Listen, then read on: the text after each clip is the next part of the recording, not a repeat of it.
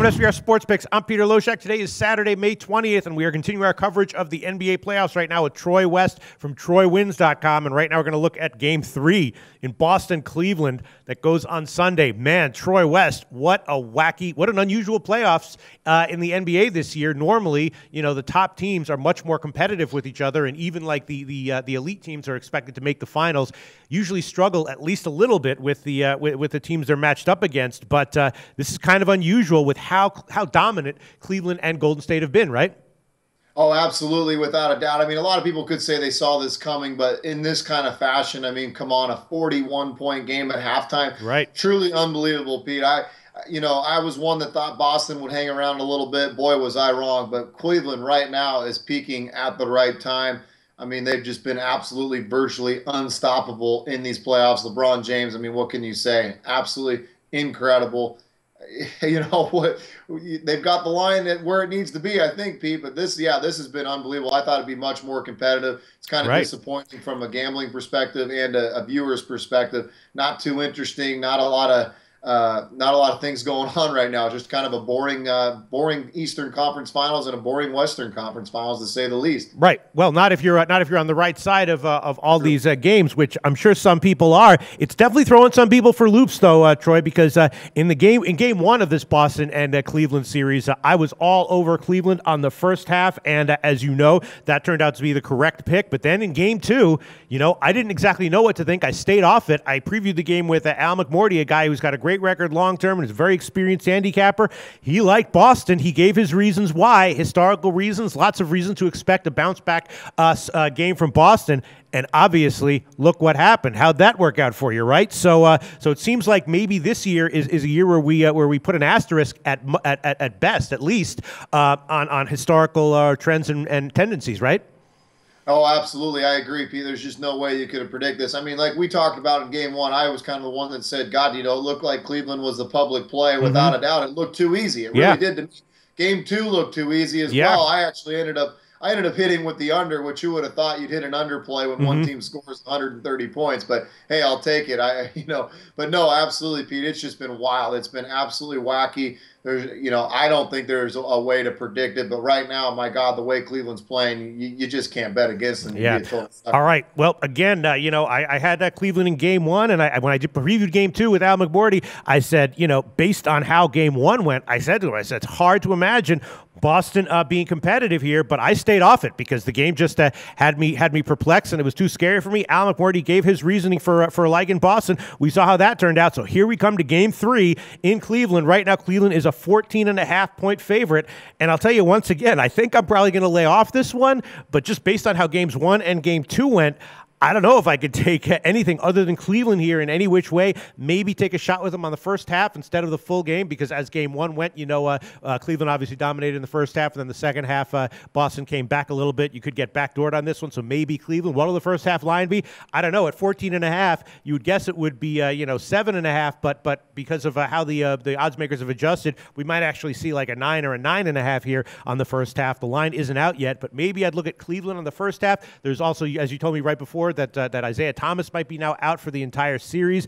So I don't know. Again, looking at this one, it's a massive line here. But as of right now, as we're sitting here, I'm thinking this is Cleveland one way or another, or nothing for me. What do you think, Troy?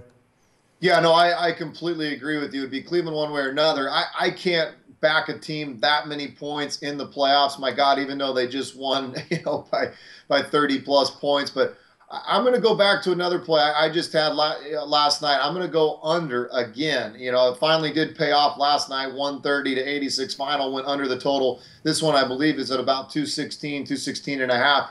I'm going to go under, Pete. You take Isaiah Thomas out of the lineup, there goes some more scoring. There goes your assist. There goes your leadership. I think Boston, they struggled 86 points the other night, and a lot of those came in bad minutes. I don't see Cleveland matching 130. I just think that was an anomaly. They're going to get their points without a doubt, but I like a 105-86 type of game, maybe even a 105 to 90 type of game.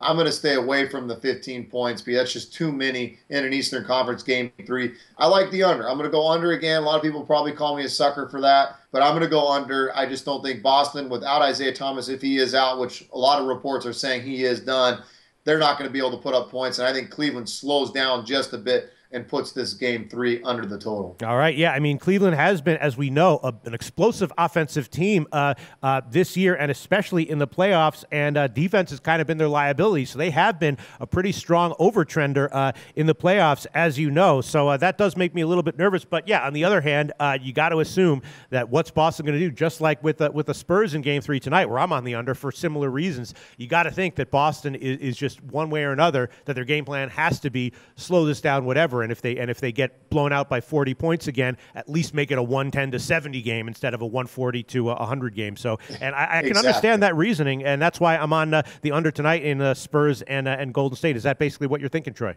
Absolutely, yeah, that's exactly what I'm thinking. I'd be very, very far-fetched to think that Cleveland's going to get 130 points again. Some people may disagree. I think they're going to be in that 105 to 115 range. And Boston, there's just no way they're going to get 100 points without Isaiah Thomas playing. Cleveland really has picked up their motivation and intensity on defense. They're playing a lot better defensive basketball. They're rebounding the ball. I like the under in this one. I think Boston's going to be stuck in the low 90s. Last game they hit 86, and that was at home with Isaiah. Are they really going to push the century mark without him on the road? I don't think so. I'm going to go under here tonight. All right, Troy West, thanks for sticking your neck out in a tough situation like this. And given your opinion, we can give you 216.5 minus 109 on the under. And I'm going to officially stay the hell away from this game, just like I did in Game 2. If I was thinking about any kind of bet, it would be Cleveland on the first half. That line isn't out yet. If it's 7.5, I'd probably be leaning that way. If it was 9.5, maybe a little bit less. We'll see what the first half line is when it comes out. But this is a tough game. I don't see any way that Boston hangs, and if I had to give an official pick on this one, it would probably be Cleveland on the first half. Troy West from Troy Wins, thanks again. Tell us about your website, troywins.com. Hey, thanks, Pete. I appreciate it. Hey, we're hotter than hell right now. We've hit 8 out of our last 10. We went 3-1 against yesterday. Got a big win with the under in the Cleveland-Boston game, which, God, we sweated it out, but we finally freaking got one. We'll take it. Come take a look, troywins.com. Like I said, Pete, we've hit 8 out of 10, really starting to roll. And we're going to get things turned around here on the SBR video, start getting on a roll here in the NBA playoffs. So it's troywins.com. Happy to give you a free trial. All right. Thanks, Troy. Well, this episode of The Odds Couple is over. But if you give us a like and click SBR's logo at the bottom of the screen to subscribe, then you'll get all the upcoming videos as soon as they come out. And don't forget to take advantage of our website. There's free picks, live betting lines, and sportsbook reviews and ratings guides, and a whole lot more. Check it out now.